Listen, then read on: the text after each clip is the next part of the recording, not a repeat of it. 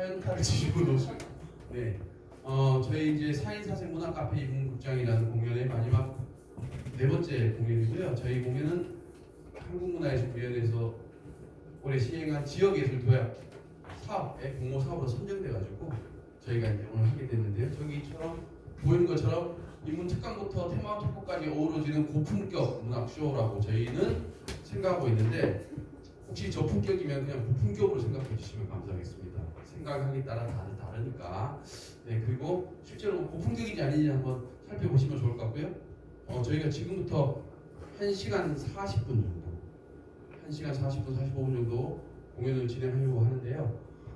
제가 계속 아까 첫 번째 공연부터 계속 동남아시아에서 가장 잘생겼다고 자신이 혼자 생각하고 있다고 그러는데 그 멘트를 바꿀까 그러다가 그냥 이번 공연에서는 계속 동남아시아에서 가장 잘생겼다고 혼자 생각하고 있는 재즈 피아니스트 YG님의 축하 연주와 함께 이번에도 공연 시작하도록 하겠습니다. 감사합니다.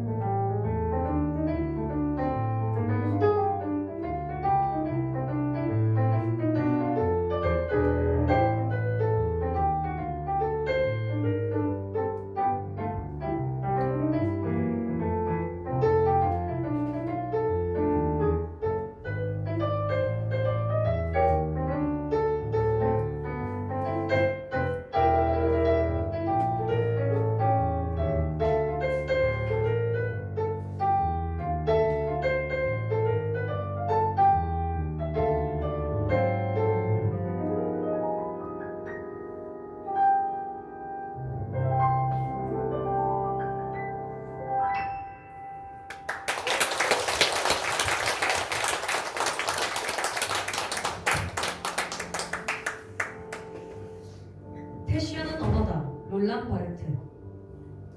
초라하게 입으면 옷이 기억되고 완벽하게 입으면 그 사람이 기억된다. 코코 샤넬. 옷은 세상을 보는 우리의 시각과 우리를 보는 세상의 시각을 바꾼다.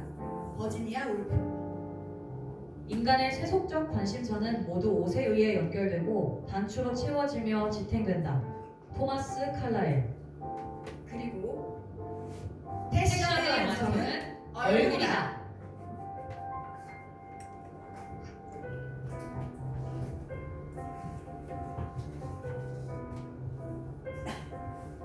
여러분 소설 읽기 좋아하세요? 네. 저는 읽는 건 좋은데 소설 읽었다 그러면 누가 이렇게 물어봐요. 네, 그 소설 제가 뭐야? 대답할 말이 좀 두개씩 때가 많습니다.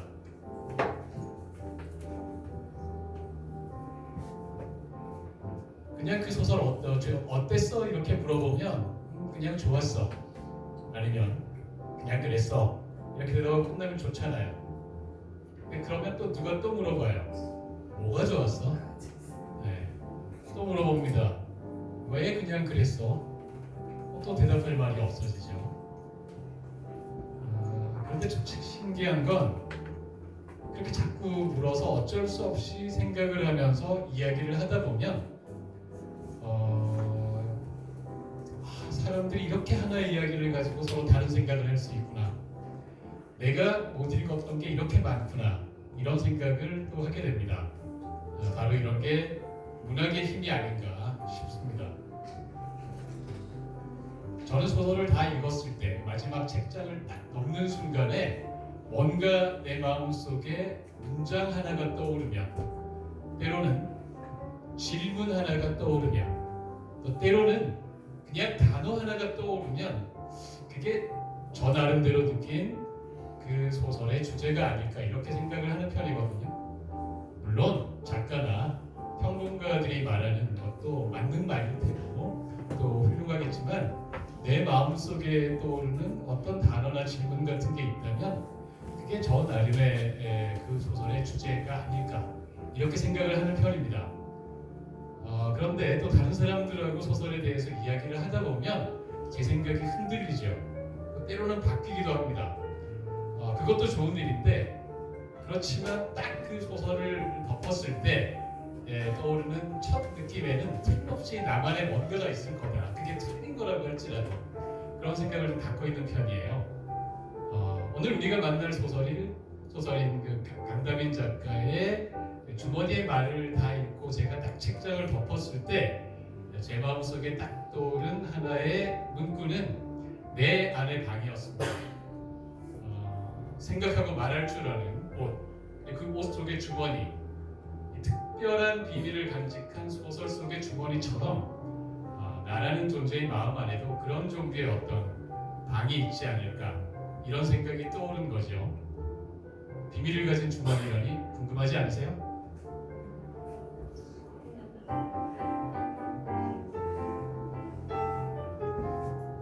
네, 안녕하세요. 2025 한국문화예술위원회 지역예술도약서 문학 분야 공모사업 선정 청소년 문화연대 킥이 추진하는 지역 우수작가 응원 프로젝트인 독자들과 함께 문학 ING 일환으로 진행되는 인문특강 낭독 공연 라이브 연주 테마 토크가 어우러지는 고품격 문학쇼. 어우 힘들어. 예, 4인 4색 문학카페 인문극장 극장지기를 맡은 동네 사회학자 조형근입니다. 반갑습니다. 추석 연휴 잘들 보내셨어요? 네. 맛있는 것들 많이 드셨어요? 네. 오늘 비가 추적추적 내리더라고요. 오시는데 괜찮으셨나요? 네. 제가 사실 이번 추석 연휴 동안 제주도에서 즐거운 휴가를 보냈습니다. 거의 여름이어서 사실은 수영까지 했어요. 네, 저도 처음 있는 일이었습니다. 그러고 그저께 밤에 왔는데 여기 왔더니 계절을 2칸 정도 뛰어넘은 것 같아요. 네, 정말 엄청난 계절의 변화를 느낀과 동시에 제주도 분들한테 물어봤어요. 와, 이게 이렇게 더운 게, 이 시기에 이렇게 더운 게 정상인가요? 원래 제주도 원래 이런가요? 했더니 아니라고. 네, 근년에 들어와서 갑자기 이렇게 더워졌다고.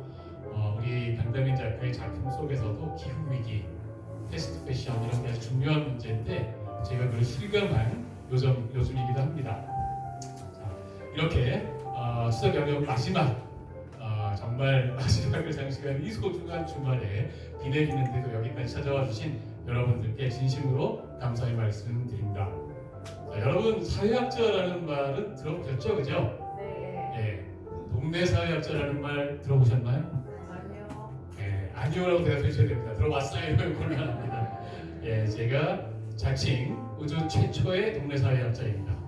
예, 제가 원래 이제 대학에서 연구하고 가르치고 하다가 아무래도 저는 대학보다는 동네에 어울리는 사람이다 이런 생각이 들어서 몇 년 전에 사표를 내고 파주의 동네를 무대로 사회학 공부를 하면서 살고 있습니다.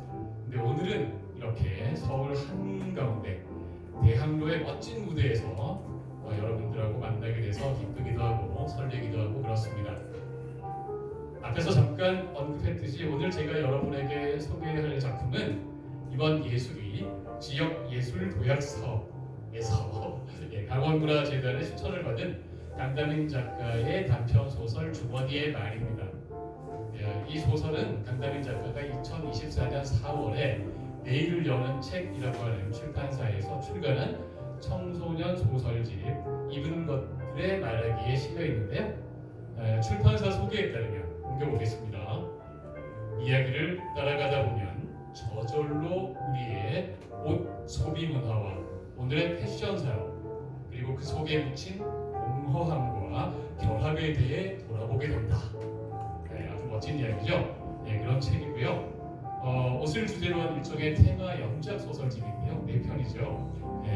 4편의 단편 소설 그 4작품들이 조금씩 겹치면서 옷과 사람의 운명을 함께 생각하게 하는 아주 멋진 이야기입니다. 패스트 패션, 기후 위기, 쉐어런팅, 쇼핑 중독. 텅 빈 마음과 꽉 찬 옷장. 옷을 둘러싼 세상과 그 세상이 만들어낸 옷들이 말한다. 이런 홍보 문구가 굉장히 인상적이더라고요. 저는 여기서 쉐어렌팅이라는 단어는 처음 들어봤어요. 혹시 이 단어 아시나요? 쉐어렌팅? 잘 모르시죠, 그죠? 저도 처음 들어봤습니다. 쉐어는 우리가 공유한다고 할 때 쉐어고, 런팅이라는 단어는 페어렌트, 우리 부모가 페어렌트라고 그러잖아요. 거기에 ing 붙여서 부모 노릇하기 그런 건가 봐요. SNS에 자기 아이들 사진 올리고 이야기하고 막 이런 거, 그게 위험할 수 있다. 이 소설 중에서도 하나 그런 게 나오거든요. 그래서 굉장히 나름대로 재미있고 인상적인 이야기가 많은 이런 작품들이었습니다. 이 책을 쓴 강다빈 작가께서는 패스트 패션과 기후 위기라는 문제의식에 깊이 공감하지만 당연한 말을 강요하는 글이 되지 않게 하려고 고심을 한 끝에 이 책을 썼다고 합니다. 조금 전에 제가 시작하기 전에 작가분 만나서 요약 잠깐 했는데 저도 당연하지 않은 이야기여서 좋았습니다. 이런 작가의 남다른 노력과 고민은 강원문화재단의 청작 기금을 지원받는 것으로 이어졌고요. 오늘 이 무대가 탄생하는 원동력이 됐습니다. 그렇다면 오늘 저희가 만나볼 단편소설 주머니의 말은 어떤 작품일까요? 특이하게도 이 작품의 주인공은 사람이 아닙니다. 옷, 정확하게 말하면 쥐색 코트, 회색 코트고요. 그 중에서도 코트 속 주머니입니다. 주머니가 진짜 주인공입니다. 그런데 이 옷은 사람만큼이나 또렷하게 아니면 어쩌면 사람보다도 더 명료한 의식과 기억을 갖고 있어요. 서술 방식도 독특합니다. 이제는 헌어 신세가 돼서 어디로 팔려나갈지도 모르겠고 폐기될지도 모를 그런 신세가 된 주인공인 쥐색 코트가 그동안 만났던 여러 옷들, 자기를 만든 사람들, 그런 사람들과의 생생한 사연을 소개하고 자신이 거기서 느꼈던 경험을 이야기합니다.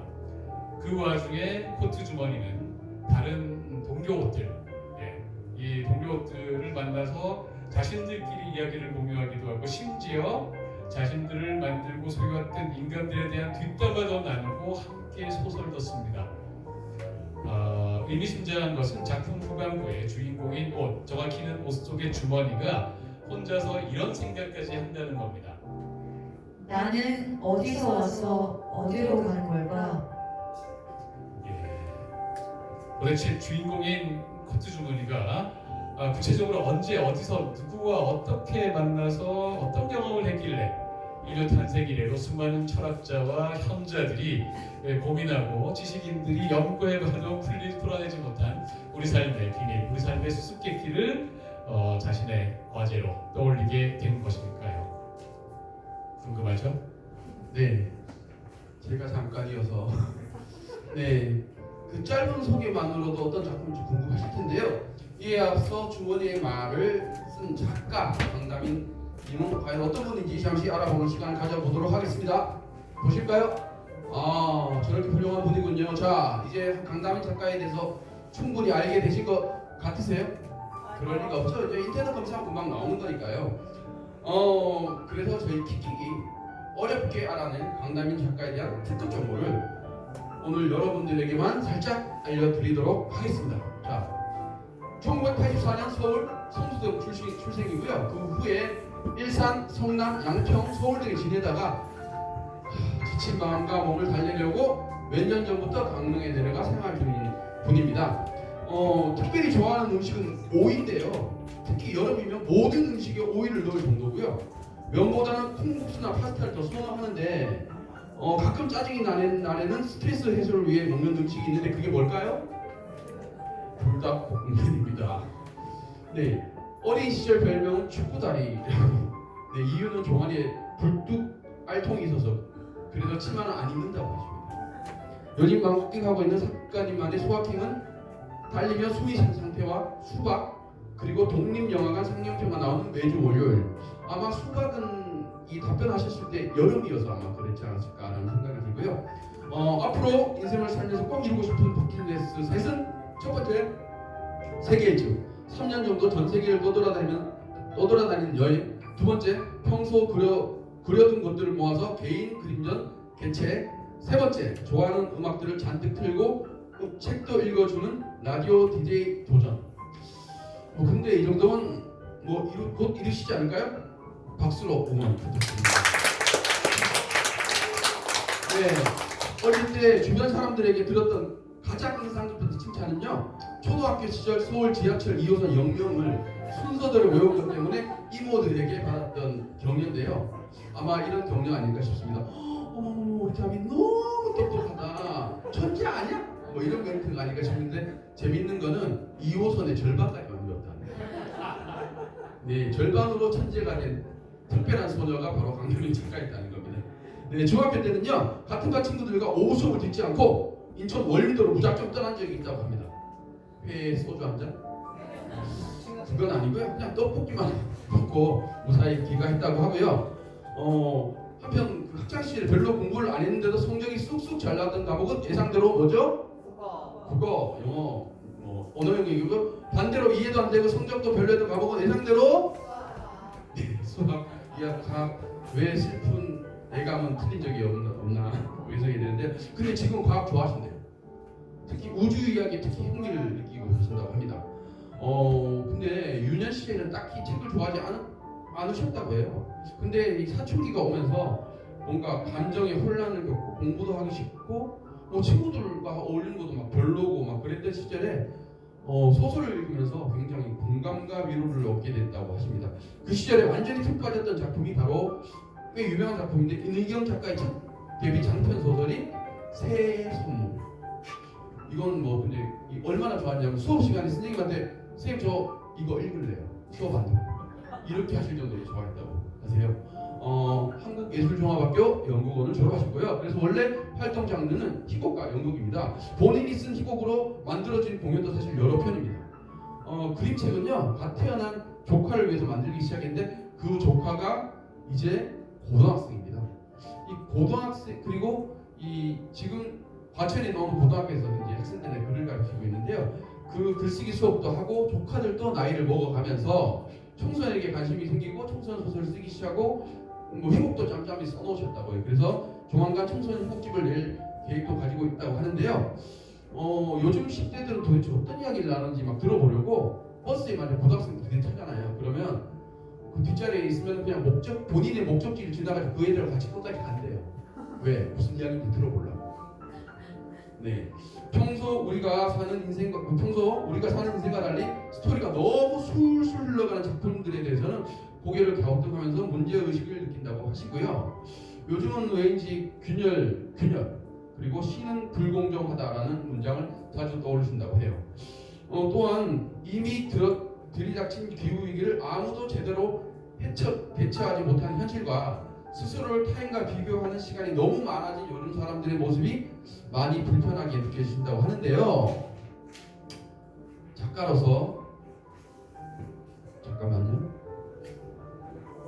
네, 이제 작가님의 깨꼬리 같은 목소리가 나올 시간입니다. 작가로서 앞으로의 포부를 묻는 질문에는 네.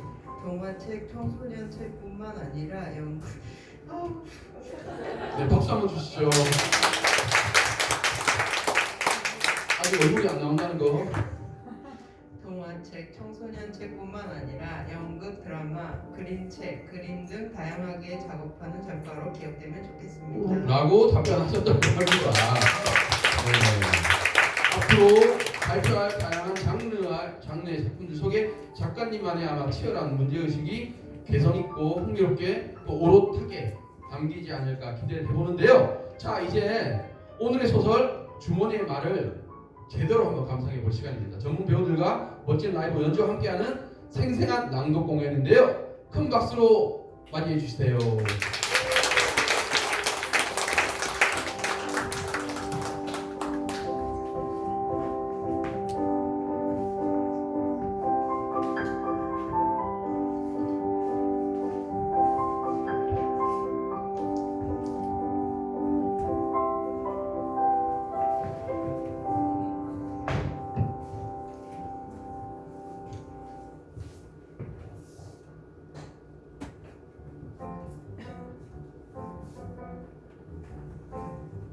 나는 팔에 안감을 스치고 주머니 속으로 들어온 차가운 두 개의 주먹 때문에 태어난 짙은 회색빛 겨울 코트이다. 나를 둘러싼 사람은 3명의 여성. 둘은 자매이고 하나는 엄마였다. 니들 둘이 함께 있는 거니까 비싼 걸로 사주는 거야. 엄마. 싫어! 그럼 사지 말고 가자! 야, 너 내가 안 입는 날만 입어. 알겠어? 매장에서 밖으로 나오자 찌푸린 하늘에서 하얗고 차가운 것이 떨어지고 있었다. 내가 처음으로 맞은 눈. 그때는 몰랐다. 내가 겨울을 위해 태어났다는 것도 앞으로 얼마나 많은 눈을 맞아야 하는지도. 언니는 자신의 방으로 들어가 나를 옷장 안에 넣었다. 나도 입어볼래. 안 돼. 왜 안 되는데? 동생의 왼팔이 안감에 따라 소매 안으로 미끄러져 들어왔다. 이제 됐지? 벗어. 아 싫어 잠깐만. 이러한 신랑을 이후로도 얼마나 많이 보았던지. 언니는 고등학교 학창 시절을 나와 함께 마무리했다. 기장이 긴 나를 감싸 입으면 속에 있는 낡은 교복은 전혀 보이지 않았다. 그 때문에 언니는 자신감을 얻는 듯했다.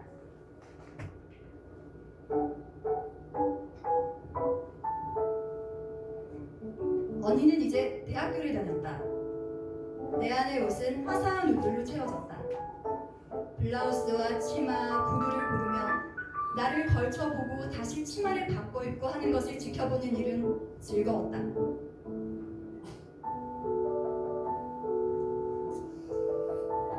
그러던 어느 날 주머니 속으로 언니의 손과 함께 다른 손이 슬며시 들어왔다.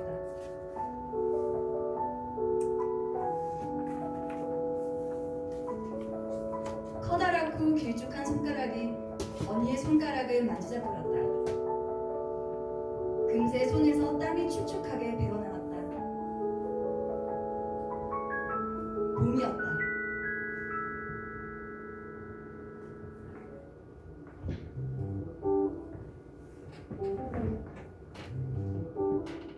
봄이 되면 겨울옷들은 모두 모아 세탁소에 맡겼다. 기름 냄새가 가득한 뜨거운 통 안에 들어왔다. 뜨거운 바람을 맞으며 한참을 돌아가는 가운데 다른 목소리가 들렸다. 겨울이 끝난 거지. 이제 또 나오려면 한참을 기다려야겠네. 나는 의식을 가진 다른 옷은 만난 적이 없었다. 누구세요? 어디 있어요?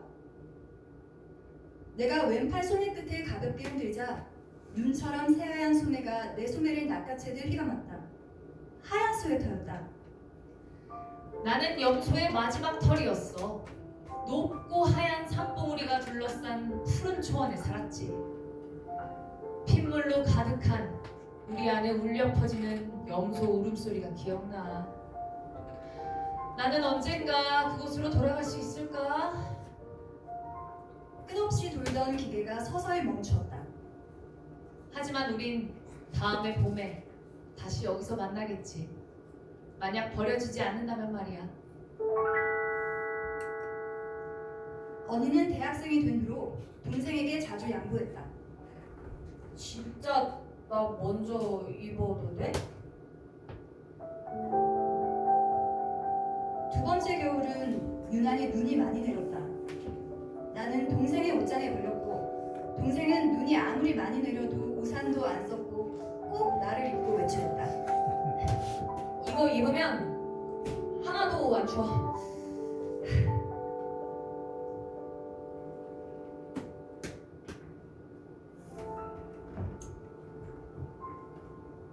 언니는 그 겨울 딱 한 번 나를 입고 나갔다. 눈이 비처럼 떨어지는 날이었다. 언니는 차가운 손을 주머니에 넣고 끝없이 꼼지락거렸다. 너랑 사귀기로 한 날 이 코트를 입었는데 헤어지는 날에도 입고 있네. 언니는 손에 끼고 있던 반지를 빼 주머니에 넣었고 주머니 속 구멍으로 흘러들어갔다. 주먹을 쥐었다. 언니의 하얀 손이 작고 차가운 주먹이 내 주머니 안에서 펴지지 않았다.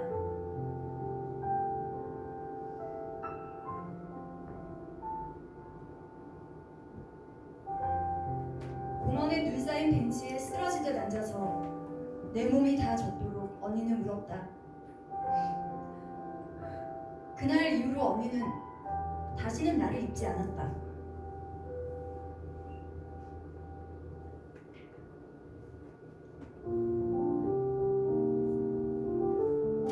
세 번째 겨울이 왔지만 언니도 동생도 나를 꺼내지 않았다.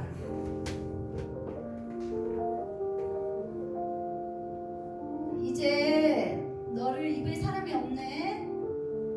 더 좋은 주인 만나서 따뜻하게 지켜줘라. 둘 다 어디 갔어요? 왜 아무도 없어요? 엄마는 나와 몇몇 겨울옷을 챙겨 중고 매장으로 갔고 지폐 몇 장을 받아들곤 가게를 나섰다.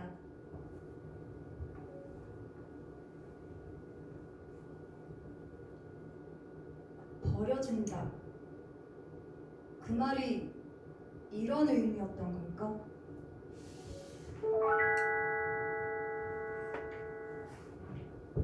강 작가, 저 쥐색으로 하지. 저게 딱이네. 귀를 덮는 새빨간 모자를 쓴 한 사람이 나를 향해 다가왔다. 이거 진짜 딱이네. 딱이라니까. 나하고도 잘 어울리지 않나? 빨간 모자가 말했다. 이렇게 또렷한 의식을 가지고 사람에게 말을 걸다니? 빨간 모자에 쥐색 코트를 입은 암살자라. 좋아.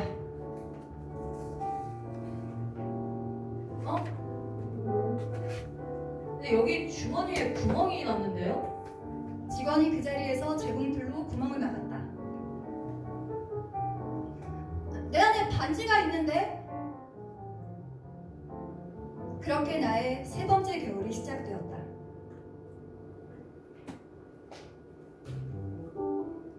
작가는 확실히 이상한 사람이었다. 종일 알 수 없는 말들을 중얼거렸다. 나는 의자에 걸쳐졌고 가끔 작가는 나를 입은 채로 글을 썼다. 코트 깃을 세우고 고개를 숙인 채 걸었다. 코트 깃을 세운 채 땅만 보며 걸었다. 무슨 차이가 있는지 모르겠지만 두 번째 문장을 컴퓨터에 적었다. 왜 빨간 모자를 쓰냐고요? 이 모든 암살자는 자신의 시그니처가 있는 법이요. 그는 책상 위에서 뒹굴고 있던 귀를 덮는 빨간 모자를 푹 눌러섰다. 아니 이 양반은 항상 이런 식이라니까. 좀 쉬려고 했더니 어이 주머니 우리끼리 대화나 좀 하지. 자네는 어디서 왔는가? 확실히 이 사람은 괜찮지. 그래도 그동안 만나온 사람 중에는 가장 좋은 사람이야. 다들 그래? 다들이요? 전에 나를 가진 사람들은 전부 나쁜 놈들이었지. 나를 눌러쓰고 어찌나 나쁜 짓들을 일삼았는지. 다른 사람들을 때리고 도둑질하고 하나같이 전부 나쁜 생각만 가득 찬 머리통들. 겨우 벗어나 의류 수거함을 거쳐서 중고 매장에서 저 작가 선생을 만나고 이리로 온 거야. 제가 만난 자매는 그렇지 않았어요. 두 번의 겨울 동안 아이들은 날 번갈아 입었지만 세 번째 겨울엔 얼굴도 보지 못했는데 이 사람이 나를 입었어요. 이 사람이 아니라 정확히 말하자면 내가 선택하게 만든 거야. 그게 가능한가요? 어느 정도 영향은 줄 수 있어. 저 사람이 쓰고 있는 글 중에 나쁜 놈들이 나오는 장면에선 내가 아주 많은 이야기를 들려주었어. 물론 가장 끔찍했던 사건들로 말이지. 일부분은 가히 내가 썼다고 말해도 과언이 아니야. 흘리며 갈대밭에 몸을 숨겼다. 갈대밭. 갈대밭이 필요해. 곧 갈대밭에 가겠군. 다음날 우리는 갈대밭에 갔다. 천변의 산책로를 따라 만들어진 철새 도리지였다. 의자가 드문드문 늘어서 있었다. 작가는 첫 번째 의자에서는 갈대밭으로 가는 풍경을 적고 두 번째 의자에서는 갈대밭 너머로 들리는 강물의 소리를 적었고 세 번째 의자에서는 일단 몸을 숨겨야 해. 피를 흘리며 그는 생각했다. 라고 적었다. 군데군데 녹아가는 눈이 흘러모여 물구덩이를 만들었다. 암흑같이 검은 물에 비친 하늘, 신비스러울 정도로 화사했다. 라는 문장은 물구덩이 앞에 쭈그리고 앉아 적었다. 그리고 갈대밭 속으로 뛰어들었다. 갈대밭의 끝에서 강물이 넘실거리는 모습을 바라보며 그는 주머니 속에 손을 넣고 생각했다.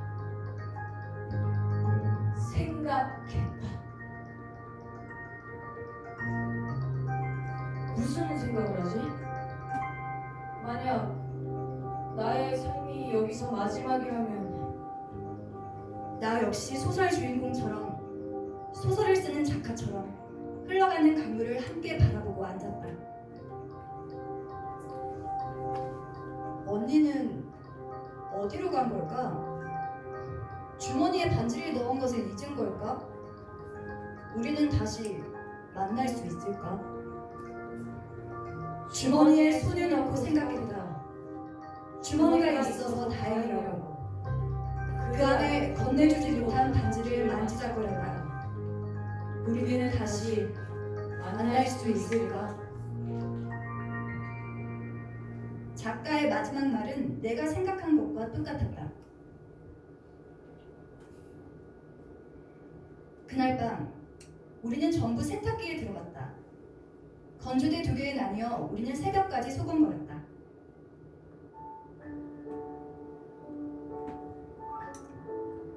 내가 눈을 뜬 곳은 환한 빛이 쏟아져 내리는 무대 한가운데였어. 이 수십 명의 관객들이 나를 바라보고 있는. 눈에 띄는 특별할 점도 없는 검은 스웨터가 우쭐대며 말했다. 주인공은 밤마다 나를 입고 연극 무대에 올라갔어. 평소엔 조용한 사람인데 나를 입고 무대에 오르는 순간 완전히 그 무대의 주인공이 되더라니까. 그런데 어떻게 여기 온 거예요? 연극 무대 안에서는 그런 얘기가 있거든. 무대에 올라갔던 의상은 영원히 닳는다는. 그런 이유로 무대에서 입었던 의상은 다시 입지 않는다고 하더라고. 버려진 거군요? 건조대 위 옷들이 일제히 나를 돌아보았다. 뭐? 버려져?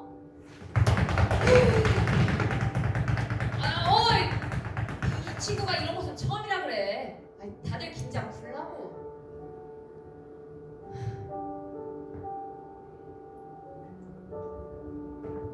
그래. 날 입었던 애들은 전부 못생긴 바지락을 버렸어. 하나같이. 그 아이들이 나를 벗어 던질 때마다 날 만들어준 아이들에게 돌아가고 싶었어. 걔들은 푸른 물에 기꺼이 손을 넣어 수십 번 나를 빨고 단추를 달고 라벨을 달며 정말 나를 아름다운 바지라고 생각해줬어. 세탁이 끝나고 푸른 염색약에 강물이 물들어가는 풍경을 바라보는 시간이 나는 가장 좋았어. 그 아이들 가운데 하나가 나를 몰래 챙겼어. 하지만 곧 붙잡혔지. 다시는 안 그럴게요. 제발.